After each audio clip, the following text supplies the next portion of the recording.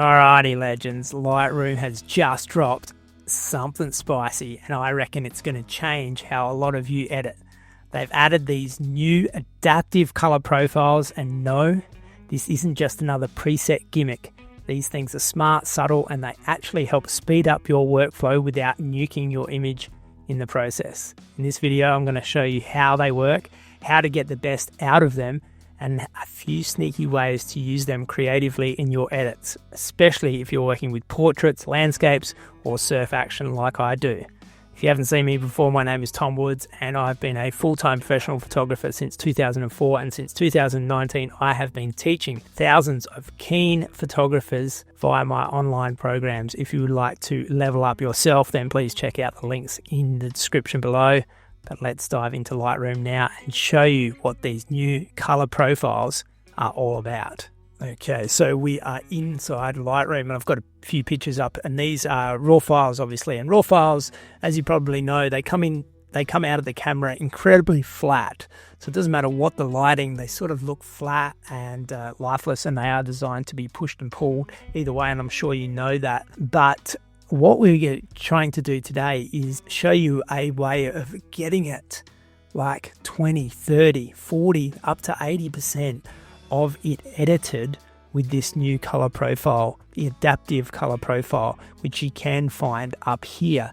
But just to start with, I just want to show you that the profiles have lived in this little grid here, and you've got all sorts of different, varying profiles that have been available to you, but they're very generic and not necessarily adapted to the picture. The adaptive one, so there's the raw, hover over it, and that's the adaptive one for this image. It's brought it in, and I'll show you how to bring it in or bring it back a little bit further later. There's also all sorts of artistic ones that make picture go all sorts of different ways, but they're really good starting points.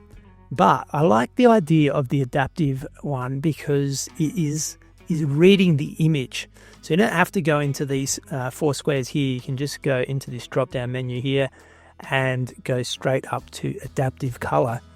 Hit that, and you can see straight away that it's brought in the highlights, it's brought in the shadows, and it's like started to look a lot better than what it looked like before. So raw, and then we've gone here. But be mindful that there is a slider here. So if it's gone too far, you can bring it back, you can dial it back. So that's one thing.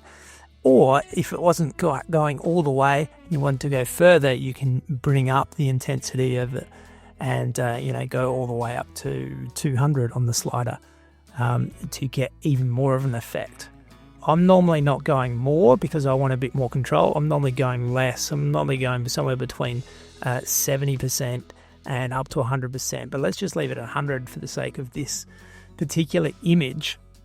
But what you notice, unlike a preset, that all of your sliders have not been touched.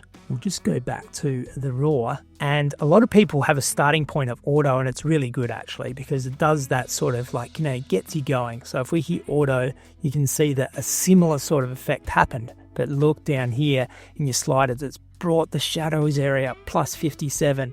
It's added 11 points of saturation. It's brought down the blacks. Your whites have slided all over you. You've really lost control of your panel in the auto mode, and that's what all presets do. And presets especially, they've got things so deep in the menu that you don't know how to pull them out. That's why I'm not a big fan of presets, but I am a fan of the color profiles, because when you hit the color profile, nothing of this has actually changed.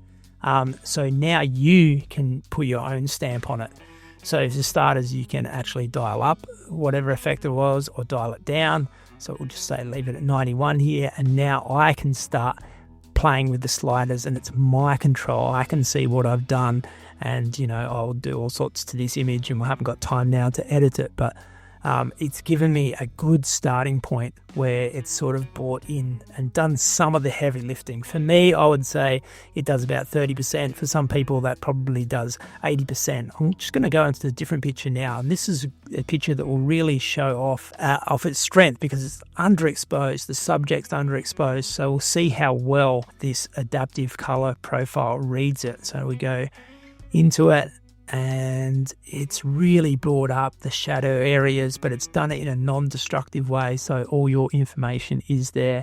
You can then either increase the intensity of what the profile has done or bring it back, and you can see if you bring it back to 0, it's back to where it was at raw.